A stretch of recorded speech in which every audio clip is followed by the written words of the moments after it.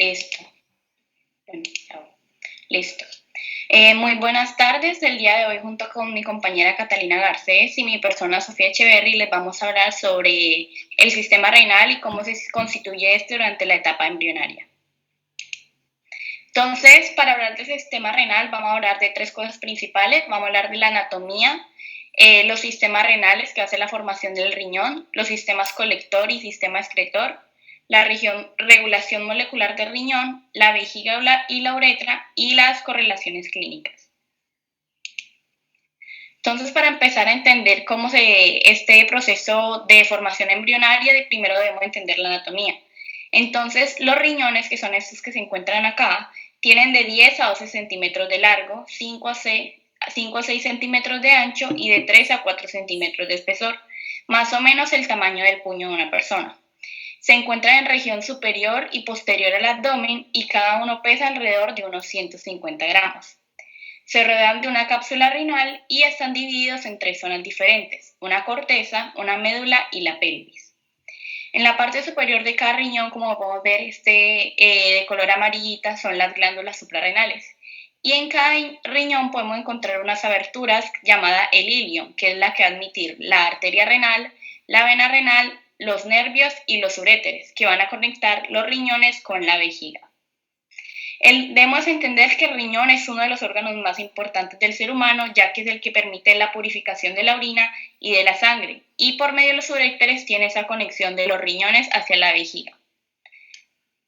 Ahora ya haber entendido esta anatomía, vamos a hablar ahora sí de todo cómo es ese proceso embrionario. Para la formación del riñón, vamos a clasificar en los sistemas renales. El pronefros, que es el primero, va a ser rudimentario y va a carecer de función.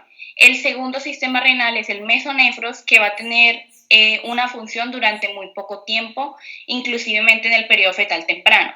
Y el tercer sistema renal, que es el metanefros, que va a dar origen al riñón definitivo. Entonces, el pronefros, al inicio de la cuarta semana, el pronefros está representado por 7 a 10 grupos celulares sólidos en la región cervical. Estos grupos forman unidades excretoras vestigiales, los nefrotomas, que son estos que encontramos acá de color cafecito. Aquí podemos ver un embrión de 25 días y acá una de 21 días. Como podemos ver, acá todavía no se han desarrollado esos nefrotomas, pero en esta fase sí ya podemos ver un desarrollo de ellos. Estos involucionan antes de que se formen otros en posición más caudal. Al final de la cuarta semana, todo rastro de este sistema de pronefros va a desaparecer. Cuando desaparece este pronefros, que como ya habíamos entendido es un sistema rudimentario, pasamos al mesonefros. Primero vamos a entender que el mesonefros y los conductos mesonéfricos derivan del mesodermo intermedio. En una fase temprana de la cuarta semana del desarrollo, durante la regresión del sistema pronéfrico, aparecen los primeros túbulos excretores del mesonefros, que son esta que podemos ver acá de color azulito. Estos se van a elongar con rapidez y van a constituir una asa en forma de S y adquieren un ovillo capilar que dará origen al glomérulo en su extremo medial. Este glomérulo es el que encontramos acá de color rojito. Alrededor de este glomérulo, los túbulos van a formar la cápsula de Bowman, que es esta estructura que podemos ver acá. Y estas estructuras juntas van a constituir el corpúsculo renal. Por el contrario, en la región lateral, el túbulo va a ingresar al conducto colector longitudinal, formando el conducto mesonéfrico o conducto de Wolff, que es este que estoy señalando acá con el puntero. A la mitad del segundo mes, el mesodermo va a dar origen a un órgano grande de forma ovoidea a cada lado de la línea medial. A partir de esto se va a formar unas elevaciones que van a crear que se crean a partir de esos dos órganos, llamado como la cresta urogenital. Mientras los túbulos caudales se siguen diferenciando, los túbulos craneales y los glomérulos muestran cambios degenerativos y al final del segundo mes la mayor parte de ellos va a desaparecer. En el caso de los varones, algunos túbulos caudales y conductos mesonéfricos van a persistir y van a participar en la formación del sistema genital, pero en el caso de la mujer van a desaparecer. Después de que este sistema de mesonefros desaparece, aparece el metanefros. Es el tercer órgano urinario. El metanefros o riñón definitivo, también es conocido con ese nombre, aparece alrededor de la quinta semana. Sus unidades excretoras se desarrollan a partir del mesodermo metanéfrico y de igual modo que en el sistema mesonéfricos. El desarrollo del sistema de conductos difiere del de otros sistemas renales. Este metanefros es el que va a dar paso al riñón definitivo, que es el que vamos a encontrar acá.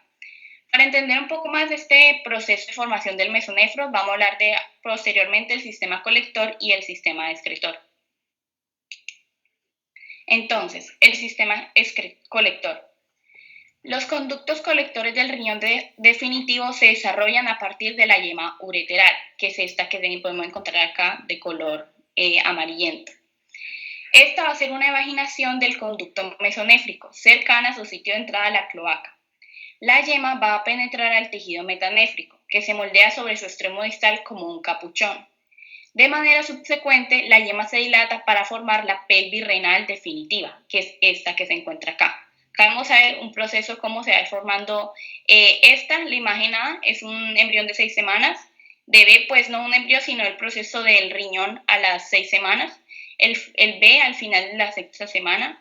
En el C va a ser a la séptima semana y en el D ya va a ser un neonato. Entonces acá después se dilata esta yema ureteral y va a formar la pelvis renal primitiva.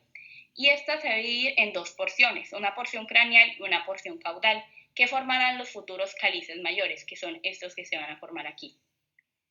Cada cáliz forma dos yemas nuevas al tiempo que penetra al tejido metanéfrico. Estas yemas continúan subdividiéndose hasta que existen 12 a más generaciones de túbulos. Entre tanto, en la periferia se forman más túbulos hasta el final del quinto mes. Los túbulos de segundo orden crecen y absorben aquellos de la tercera y cuarta generaciones para dar origen a los cálices mayores, que es esto que podemos encontrar acá, de la pelvis renal.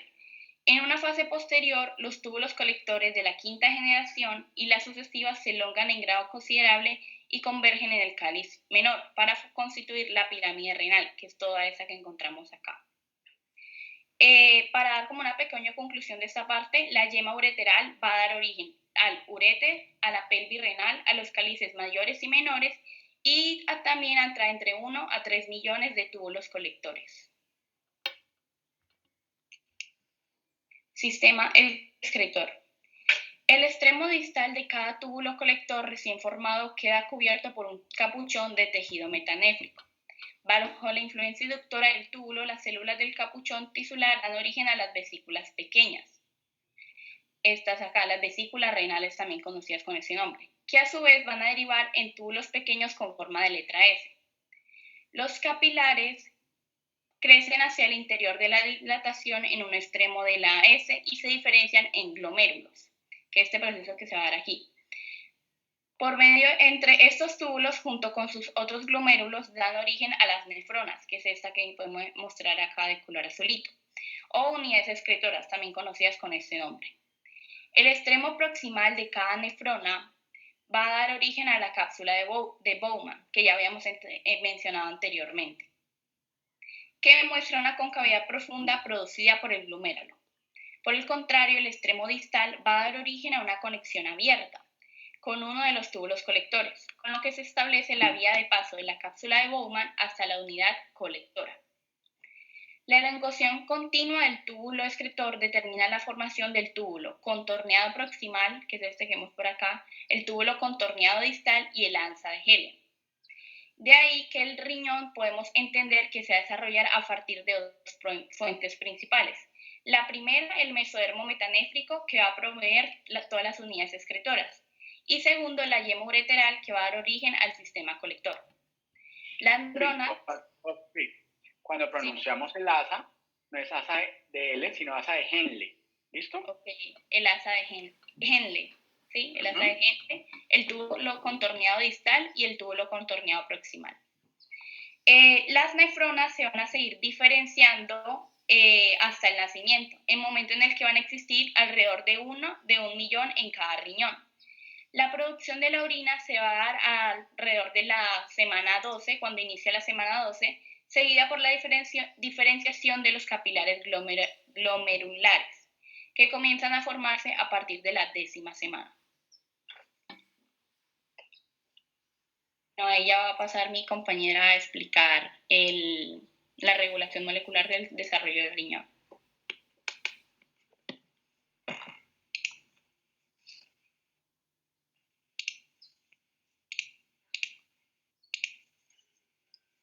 Profe, ya va a compartir desde su pantalla porque nos queda muy difícil compartir desde la otra. Vale. ¿Ahí están viendo mi pantalla? Sí, se ve tu pantalla, Catalina. Espérate, prendo la cámara un momentico. Ahora. Tienes que ponerles en grande porque está pequeña. Sí, señor. Ahora la comparto. Listo. A ver, ¿no? Ajá, pues la presentación.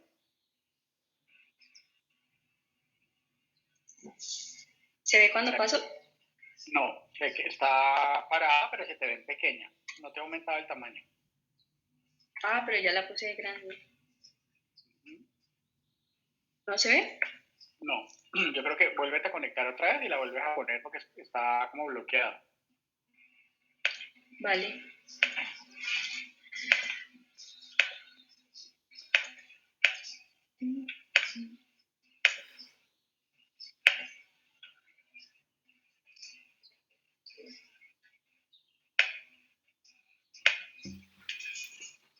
Ahora. Se ve la presentación, pero se te ve pequeña.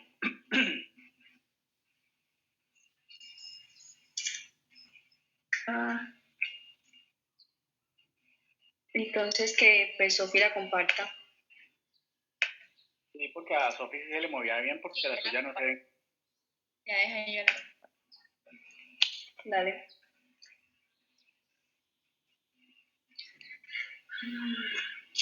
Listo, pues yo voy a seguir hablando sobre la regulación molecular del desarrollo del niño. Pues como ocurre en la mayor parte de órganos, para la diferenciación del riñón van a estar involucradas las relaciones epitelio-mesenquimáticas. En la imagen que vemos aquí, vemos el epitelio de la yema ureteral del mesofrenos interactuar con el mesénquima del blastema metanéfrico.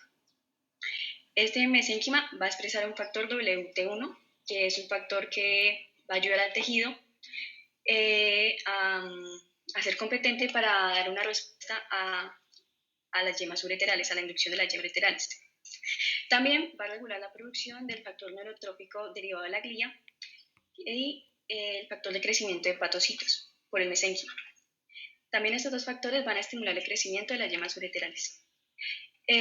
La GDNF va a ser recibida por los receptores de tirosina quinasa y la HGF va a ser recibida por la MET. Estos van a ser sintetizados en el epitelio de la yema ureteral y van a establecer vías de señales entre estos dos tejidos. A su vez, estas yemas ureterales van a inducir al mesénquima factor de crecimiento fibroblástico 2, como lo vemos en las lineecitas verdes, y proteína morfogenética del hueso 7, que son, ya puedes pasarle el slide.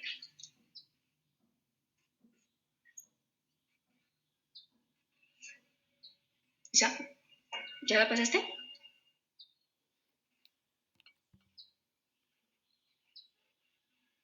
Ahora sí ya está. La devolvieron. La anterior.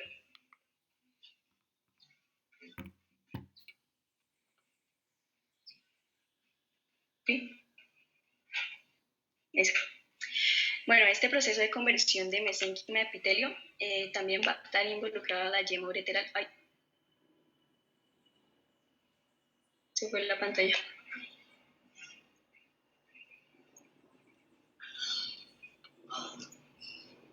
Se te fue Cata a ti, pero la otra lo vemos bien. Bueno, pues voy a seguir explicando, ¿no? Listo, ya volvió. Este proceso de conversión de mesénquima a epitelio para la formación de nefronas va a estar también medido por la yema ureteral a través de las expresiones WNT9B y WNT6 que van a regular el alza de PAX2 y WNT4. PAX2 va a hacer que el mesénquima se condense antes de la formación de túbulos, mientras que WNT4 va a hacer que el mesénquima condensado se epitelice y empiece la formación de túbulos. Gracias a estas interacciones también se producirán modificaciones en la matriz extracelular. De este modo, la fibronectina, el colágeno 1 y el colágeno 3 van a ser pasados por la laminina y el colágeno tipo 4, que son característicos de la lámina basal. Además, también se van a sintetizar las moléculas de adhesión celular, como el Sindecan y caderina E, que son esenciales para la transformación del mesénquima en un epitelio. Siguiente. Bueno, ahora hablaremos un poquito sobre la posición del riñón. El riñón en una etapa inicial se encuentra en la región pélvica. Después, más tarde se va a desplazar hacia una región más alta en el abdomen. Y debido a una disminución de la curvatura corporal y a un aumento de las regiones lumbar y sacra.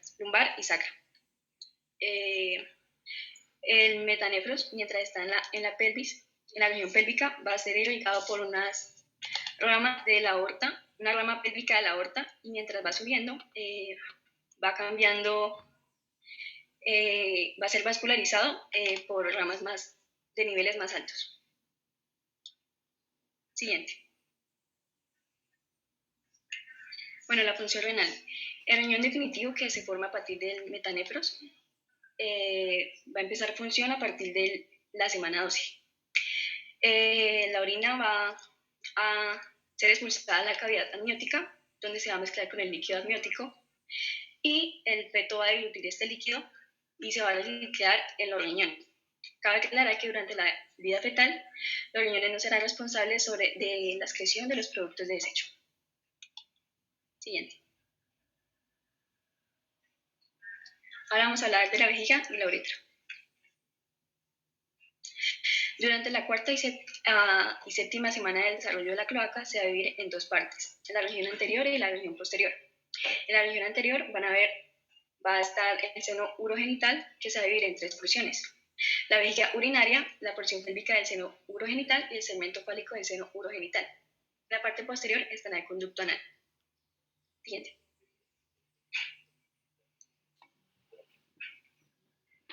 Aquí en la primera imagen, en la A, estamos viendo el tabique urorectal, que es una capa del mesodermo entre el conducto anal primitivo y el seno urogenital.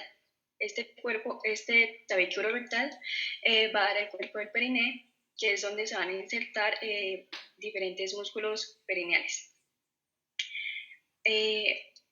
¿Puedes darle a la siguiente, por favor? Aquí podemos ver un poquito mejor las porciones del seno urogenital, y entonces voy a decir cada una. La porción superior y más grande es la vejiga urinaria, que se encuentra aquí arriba. Al inicio va a estar conectada con el alantoides, y ese alantoides, cuando el lumen de este alantoides se oblitere, va a dar un remanente que va a ser el uraco. Ese uraco va a dar conexión del cordón umbilical y el ápice de la vejiga. La siguiente porción es estrecha, es la porción pélvica del seno urogenital, que va a dar diferentes excrescencias que van a penetrar el mesodermo circundante, formando la glándula prostática, que se ve aquí en la B. Y por último, el segmento fálico del seno urogenital, que va a dar un aplanamiento lateral, y al tiempo, mientras el tubérculo fálico crece, el tubérculo genital crece, este seno va a presentar una atracción ventral.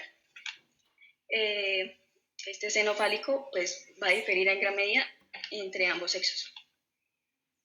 Siguiente. Bueno, en el proceso de diferenciación de la cloaca, pues las porciones caudales de los conductos mesonéfricos van a quedar incluidas en la pared de la vejiga, causando que los uréteres entren a la vejiga por separado. Cuando sucede el ascenso renal, los orificios de los uréteres se van a dirigir a una dirección craneal, mientras que los conductos mesonéfricos se van a acercar para entrar a la uretra prostática y se van a convertir en el varón en los conductos eyaculadores. Siguiente. Listo. Tanto los conductos mesonéfricos como los uréteres se originan en el mesodermo, pues la mucosa del trígono de la vejiga también va a ser mesodérmica. Con el tiempo, ese revestimiento mesodérmico va a ir cambiando por el epitelio endodérmico.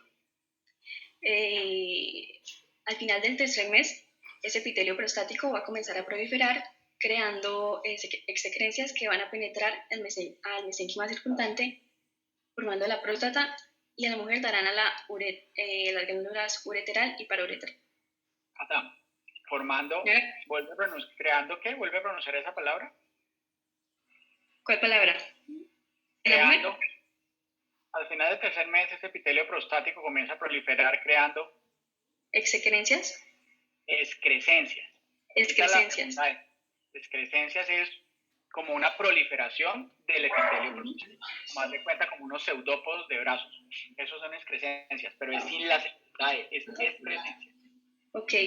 Excrecencias que penetrarán el mesénquima circundante formando glándula prostática en los hombres y en la mujer glándula uretral y parauretral. Siguiente. Pues ahora vamos a hablar sobre las correlaciones clínicas.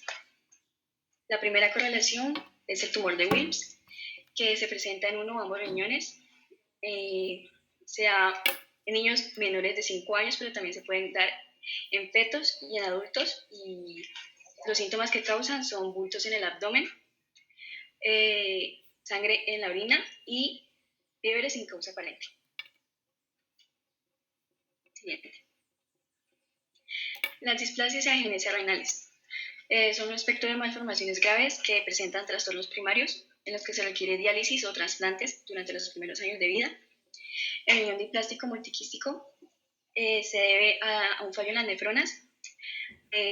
Las yemas ureterales no se ramifican, por lo que no hay túbulos colectores, lo que hace que haya una involución del riñón y se derive a una agenesia renal. La agenesia renal son unas malformaciones en conductos renales que se caracterizan por la ausencia de uno o ambos riñones, también de uno o ambos uréteres. Siguiente. Enfermedades renales poliquísticas congénitas. Son enfermedades que presentan numerosos quistes y se pueden dar según un patrón autosómico recesivo o autosómico dominante o por otros factores. El autosómico recesivo, los quistes se forman a partir de los túbulos colectores.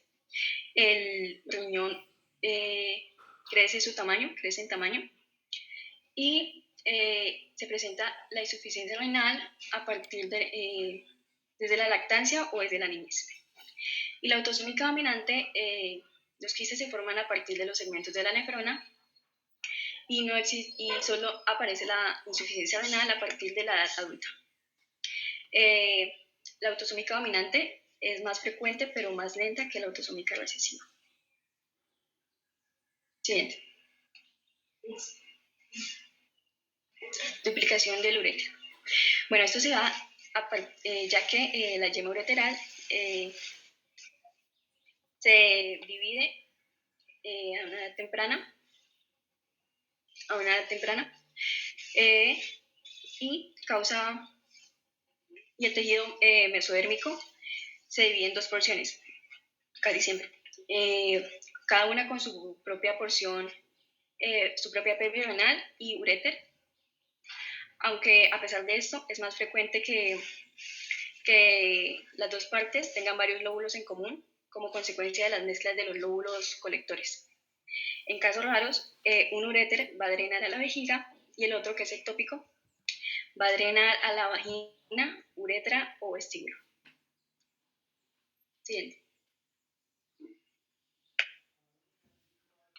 Ahora pues Isabel, Sofía va a seguir presentando. Listo. ¿Ahí se ve bien? ¿Profe, me escuchan? Sí, Ok. se ve, profe. Localización anómala de los riñones. Durante el censo, los riñones pasan por la bifurcación formada por las arterias umbilicales. Si bien en ocasiones uno no lo logra. Por su permanencia en la pelvis, en cercanía a la arteria ilíaca común, se le conoce como riñón pélvico, como lo podemos ver acá. Es decir, el riñón se sitúa, no llega a la bifurcación y se sitúa en la región pélvica, a la diferencia de este riñón que está en la posición normal. En otros casos, los riñones pueden ser presionados y quedan en una cercanía tal que durante su paso por la bifurcación arterial se juntan estos dos por medio de sus polos inferiores. El riñón en herradura, conocido por este nombre, suele ubicarse a nivel de las vértebras lumbares, debido a que la raíz de la arteria mesentérica inferior impide su ascenso. Los uréteres derivan de la superficie anterior del riñón y pasan por delante de su istmo, en dirección caudal. Otras correlaciones son los defectos vesicales. Podemos clasificarlo principalmente en una fístula del uraco, el quiste del uraco y el seno del uraco. El primero, la fístula del uraco, se da cuando el lumen de la porción intraembrionaria del alantoides persiste y se forma esta fístula. Esta fístula puede permitir el paso de la orina por medio del ombligo. El segundo es el quiste del uraco, que se da si solo persiste una región limitada del alantoides. Entonces la actividad secretora de su revestimiento da origen a esta dilatación quística. Y el tercero, el seno del uraco, se forma cuando persiste el lumen de la porción cefálica del conducto. Este seno suele tener continuidad con la vejiga urinaria. Ahora, otros defectos bisecales, tenemos la estrofia bisecal, que es un defecto en la pared corporal anterior en que la mucosa vesical queda expuesta. La epispadia es una característica constante y el tracto urinario abierto se extiende por la cara dorsal del pene, la vejiga y hasta el ombligo. La estrofia bisecal tal vez sea un producto de la incapacidad de los pliegues laterales de la pared corporal para fusionarse en la línea media en la región del pelvis. Y la estrofia cloacal, que es un defecto más grave en la pared ventral del cuerpo, en el que se interrumpe el avance y el cierre de los pliegues laterales de la pared corporal en mayor grado que lo observado en la estrofia vesical.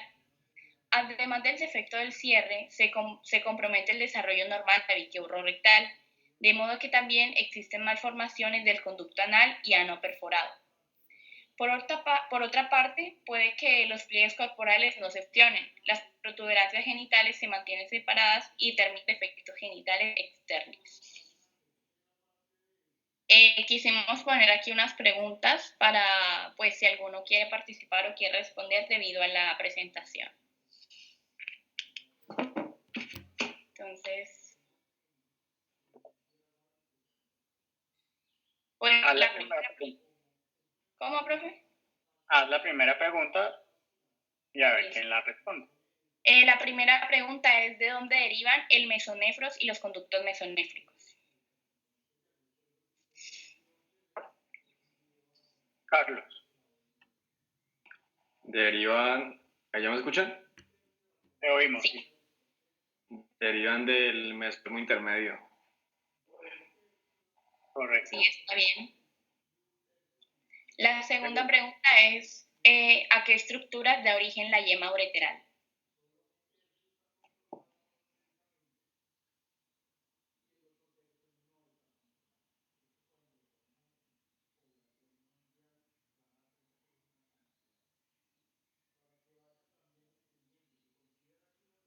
Andrés Jaramillo.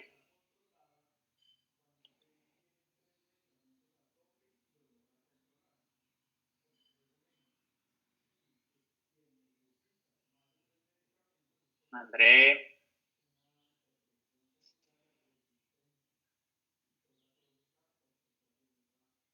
Bueno, mientras Andrés se despierta, Juan Manuel. El conducto excretor. Correcto. ¿Cuáles son las fuentes que dan origen al desarrollo de los riñones?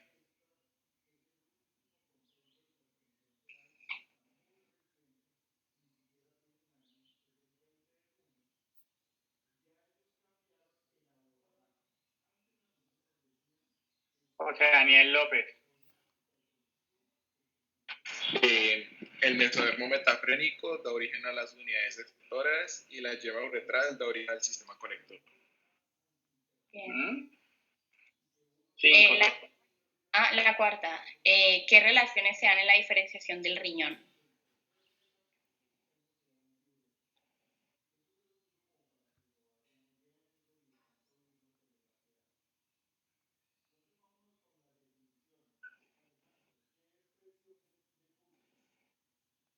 Emily Hernández.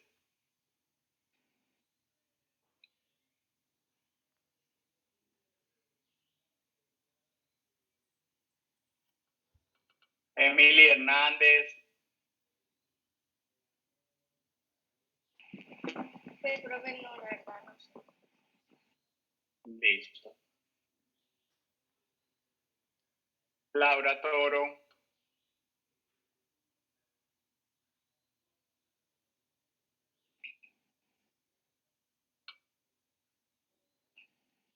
No, profe, la verdad, no sé. Sofi, cuéntales que es lo más fácil que mostraste en anatomía. Profe, ¿puedo? ¿Quién habla? Que no te veo. Ni te salgo Isabela. señalando. Isabela. Dale, Isabela. Creo que son epiteliomesenquimales.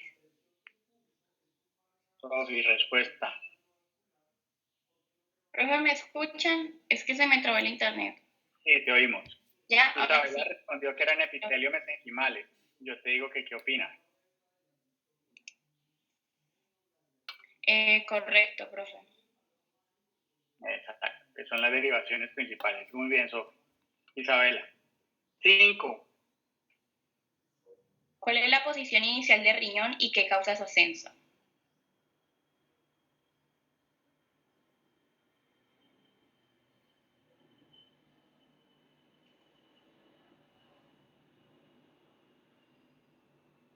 Me sale invitado, pero no me sale el nombre.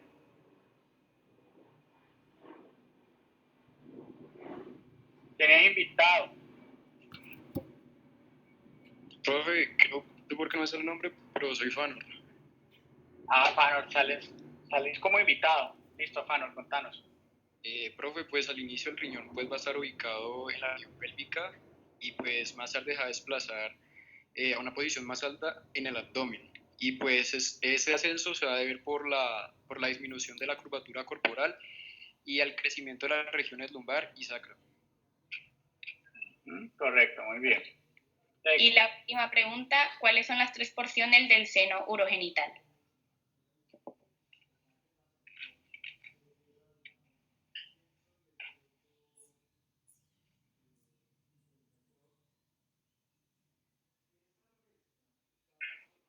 Mariana Uribe.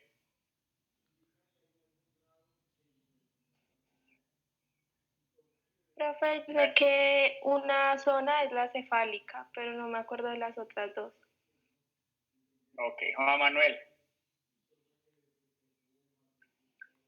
Está la cefálica, con la pelvis y la porción media estrecha. Ok, ¿de acuerdo o en desacuerdo? Bueno, o sea, por ahí faltó la última porción. La primera porción, que es como la cefálica, que da la vejiga urinaria. La segunda porción, como dijeron bien, es la estrecha. Y la última porción es la del seno urogenital. O el fallo del seno urogenital. Pues a ver, son 3 porciones, ¿no? Está la vejiga urinaria, la porción pélvica del seno urogenital y la porción, el segmento fálico del seno urogenital. Que es también conocido como el estrecho. Ok, preguntas de sistema renal. No la quites, Sofi, pero pon la primera diapositiva. Ponla en la primera. Ya voy, salgo de... Listo.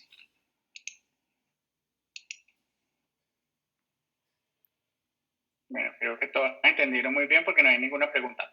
Seguí pasando, yo te voy diciendo cuándo te detenés. Seguí. Bueno, anatomía yo creo que la explicaste muy bien. En cuanto a las 3 unidades derivadas del riñón, Sofi lo explicó también muy claro, pronefros, mesonefros y metanefros. cada una tiene que aparecer, a pesar que no sean tan importantes como el definitivo, que es el metanefros, para que llegue la otra. Si no hay pronefros, no hay mesonefros, y si no hay mesonefros, no hay metanefros.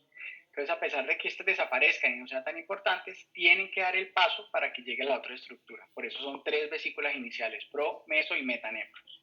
¿Listo? Entonces, tiene que estar siempre la anterior para que venga la siguiente. Sigue, Sofía. Sigue. Bueno, no, devuélvete un segundo, que voy a hacer hincapié en lo que mostraste en la otra.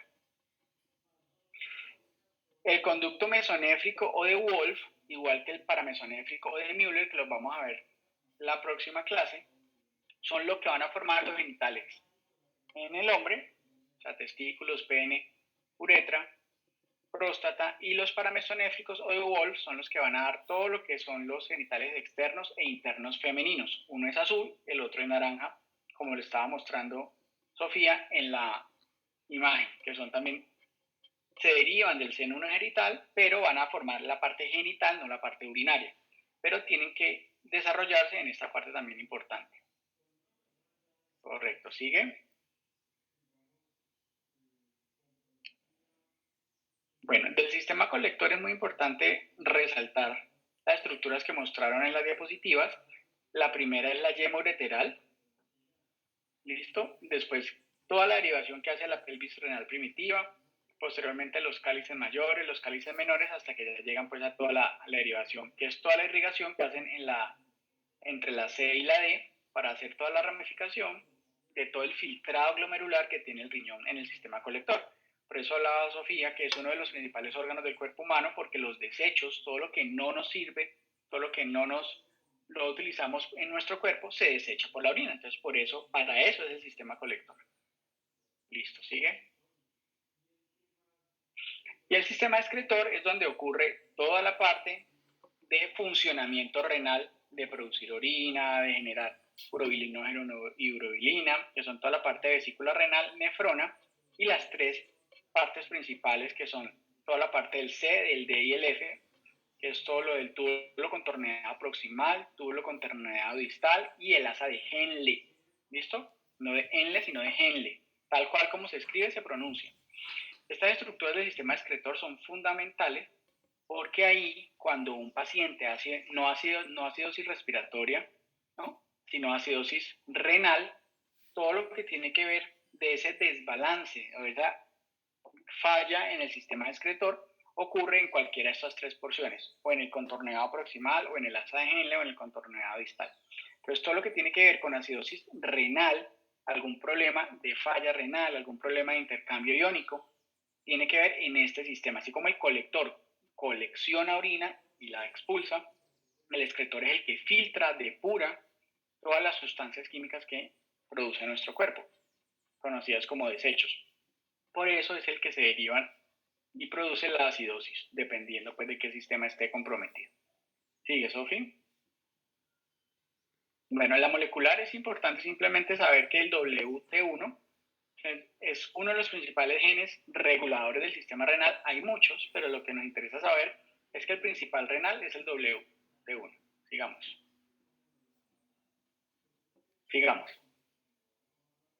Bueno, eso también lo explicó muy bien Sofía, pero simplemente para recordarles que acuérdense que como él va variando y el bebé va también creciendo y aumentando su tamaño, su espesor y su volumen, el primero es bastante pélvico, después va ascendiendo hasta hacerse prácticamente en la región que lo tenemos normalmente, que es en la región lumbar, y ya es conocido como completamente ya el metanefros, que es el riñón definitivo.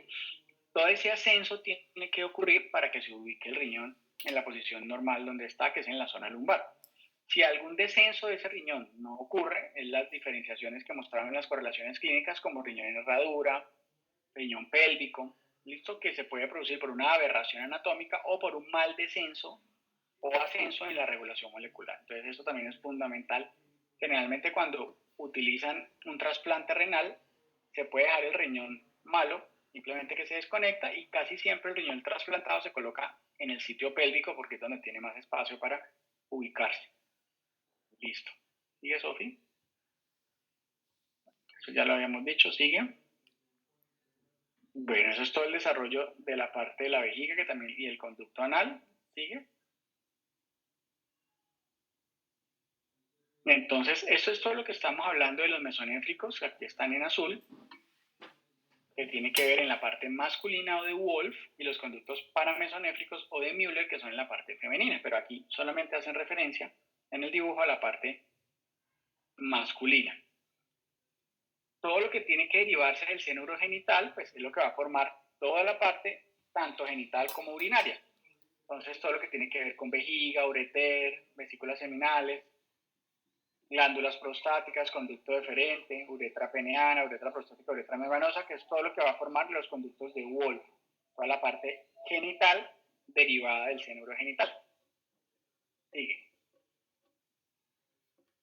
Bueno, son las posiciones del ureter, por dónde va, por dónde se pliega. Esto es supremamente importante conocerlo y saberlo, también recordarlo en anatomía. Es la derivación que hace el ureter por las arterias uterinas. Generalmente es lo mismo que está mostrando Sofía en la diapositiva, en la última porción, que es la diapositiva D, donde el ureter atraviesa el conducto mesonéfrico, ¿listo? Pero normalmente cuando uno hace una histerectomía, cuando uno hace una cirugía grande, como es sacar el útero de una mujer, el ureter está muy cerca a la arteria uterina. Entonces uno tiene que disecarlo con mucho cuidado, porque si uno hace mal a la disección, uno se puede llevar el ureter y la paciente queda con una incontinencia, no puede orinar y puede hacer una patología renal bastante severa. Entonces hay que tener muy clara la anatomía, muy clara de dónde viene, para que no se confundan y no se lo lleven. Digamos. Bueno, aquí simplemente esta foto o este esquema que están mostrando ellas me parece muy útil para que ustedes se acuerden de anterior a posterior o de posterior a anterior. De anterior a posterior, sínfisis púbica, vejiga, y después de la vejiga está el útero, y después del útero el intestino. ¿Listo? Entonces esta es la posición anatómica que ustedes tienen que recordar para que cuando revisen un abdomen, evalúen un abdomen, entren en una cavidad abdominal, son las estructuras que se van a encontrar de adentro hacia afuera o de afuera hacia adentro, dependiendo pues de cómo hagan la entrada y la salida. ¿Listo? Lo importante es que la secuencia siempre va a ser la misma, no cambia, para que cuando ustedes hagan un tacto recto vaginal, un tacto vaginal, saben que por el tacto vaginal pueden tocar también la parte de la vejiga, y por el tacto recto vaginal pueden utilizar básicamente los parametrios, el colon, el recto, toda esa parte, el cono sigmoide. Entonces, depende de cómo hagan el examen, pues por la proximidad de donde están ubicados los órganos, van a ubicar una estructura más fácil que otra. ¿Sigue? Bueno, y de las correlaciones clínicas, este es supremamente frecuente y es bastante maligno, pero en niños pequeños, el tumor de Wilms, como lo explicaron ellas, digamos. Las displasias y agenesias son muy frecuentes. Esto tiene que ver completamente con la regulación molecular. Si la expresión de esos genes no se lleva a cabo, vienen todos estos problemas, o que funcione parcialmente o que no estén presentes. Entonces muchas veces nace el niño, todo perfecto, orinando bien, y de repente hace infecciones urinarias a repetición, le hacen una ecografía y resulta que tiene un doble sistema pielocalicial, o sea, dos ureteres, o tal cual como lo está mostrando la imagen del esquema que muestran ellas, un solo riñón con su ureter, su pelvis renal, desembocando a su vejiga sin ningún problema, pero el otro riñón, el izquierdo, está completamente ausente. Entonces, eso se llama una agenesia renal. La agenesia renal es unilateral, que es compatible con la vida, y obviamente si están ausentes los dos riñones, pues es bilateral y es incompatible con la vida, pero generalmente la más frecuente es la unilateral. ¿Sigue? Bueno, esta patología también es bastante frecuente y es una de las principales causas de trasplante renal. Esto es la patología quística o la patología multiquística, dependiendo, según lo que explicaron ellas, que también lo explicaron muy bien, si es de origen autosómico dominante o si es de origen autosómico recesivo. La dominante es bastante complicada, pero es menos agresiva en evolución que la recesiva. ¿Okay? Pero ambas pueden terminar en trasplante renal, generalmente. ¿Sigue? Y la doble duplicación del ureter también es bastante frecuente. En la mayoría de los casos no hay problema. Pueden desembocar en un anillo en común que va a vejiga, o puede cada uno desembocar a vejiga en partes diferentes. La mayoría de los casos a veces produce reflujo vesicureteral, o a veces infecciones urinarias a repetición, o a veces son asintomáticos, simplemente cuando van a hacer una estructura de una cirugía, o muchas veces, como las imágenes que están mostrando en la D y la E, unas autopsias se dan cuenta, esta persona tenía doble ureter. ¿Listo? Porque la mayoría de los casos cursa asintomática. ¿Sigue? Y esto es lo que ya explicaron ellas muy bien del riñón pélvico, el riñón a nivel lumbar y el riñón en herradura. Eso no nos vamos a detener. ¿Sigue? Los defectos vesicales, pues que también son menos raros, quiste, el seno y la fístula del uraco. Ok, chicas, muy bien. Bueno, como no hay preguntas, bueno, la estrofia vesical y la estrofia cloacal no son tan comunes. Es mucho más frecuente de estas dos la vesical que la cloacal. Generalmente es un problema de los pliegues laterales de la porción de la vejiga, la mayoría de los casos. Y es un cierre incompleto de esos pliegues, entonces por eso se extrofia, o sea, es decir, se voltea. Esto es lo que debería estar dentro de la cavidad abdominal y queda completamente expuesto afuera de la cavidad abdominal en piel, por eso se llama una extrofia, una salida de la mucosa. Bueno, en cuanto a las exposiciones de Sofía y Catalina, cosas importantes para ellas con la exposición. Me parece que las dos tienen buen tono, me parece que las dos hablaron muy bien, pero de pronto Sofía, a pesar de que las dos les falta vocalizar, pero la vocalización de Sofía era muy buena, le falta corregir algunas cositas, listo, de puntuación, de pausas compensadoras al respirar, pero generalmente tenías buena vocalización y tenías buen tono y no ibas corriendo cuando estabas dando la explicación. Catalina parecía que la estuvieran persiguiendo, que le fueran a robar la moto, el celular, quién sabe, hablaba supremamente rápido. ¿Listo? Y eso interfiere, Cata, en que la vocalización, cuando vas a referirte a temas, cuando vas a referirte a algún nombre difícil, obviamente, pues te cueste más trabajo. Entonces hay que mejorar esa vocalización para que cuando hables en público se te entienda lo que dices.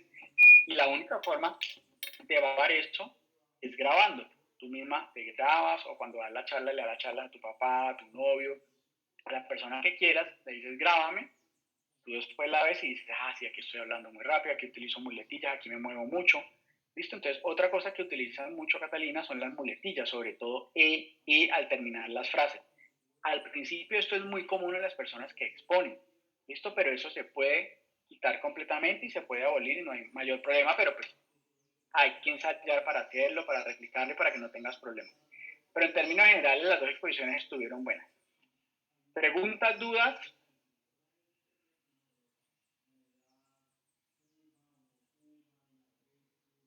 Chicos, en vista de tanto mutismo, nos vemos el miércoles. Chao.